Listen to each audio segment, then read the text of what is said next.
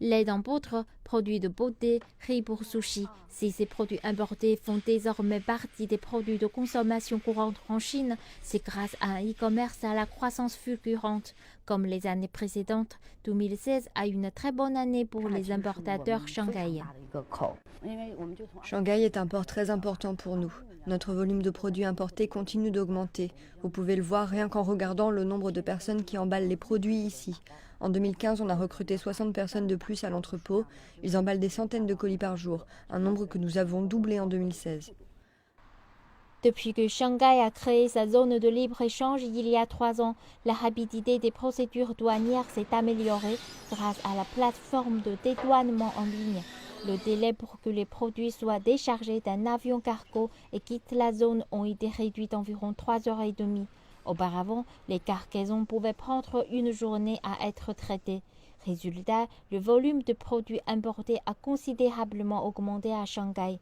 Le port en enregistre près de 2 millions par jour.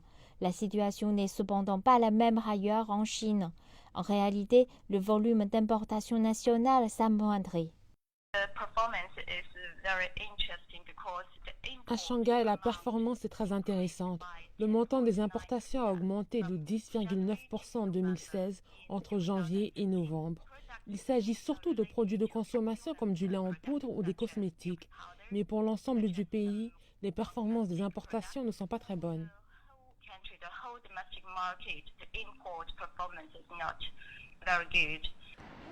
La croissance des exportations chinoises était également sous pression en 2016. En cause, les difficultés rencontrées par les partenaires commerciaux de la Chine dans leur propre pays. Une situation défavorable qui devrait durer selon les experts. Je pense que la situation des échanges n'est pas très optimiste.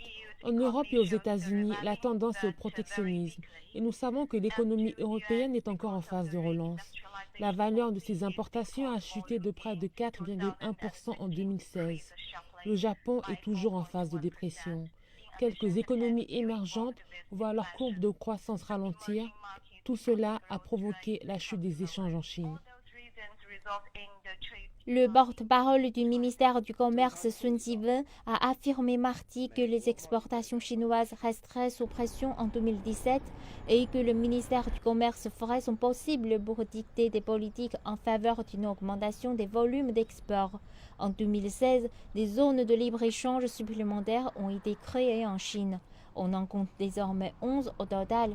Les experts estiment que ces zones peuvent aider le pays à renforcer ses échanges et à construire davantage de ponts entre la Chine et les pays signataires comme l'Australie et la Nouvelle-Zélande.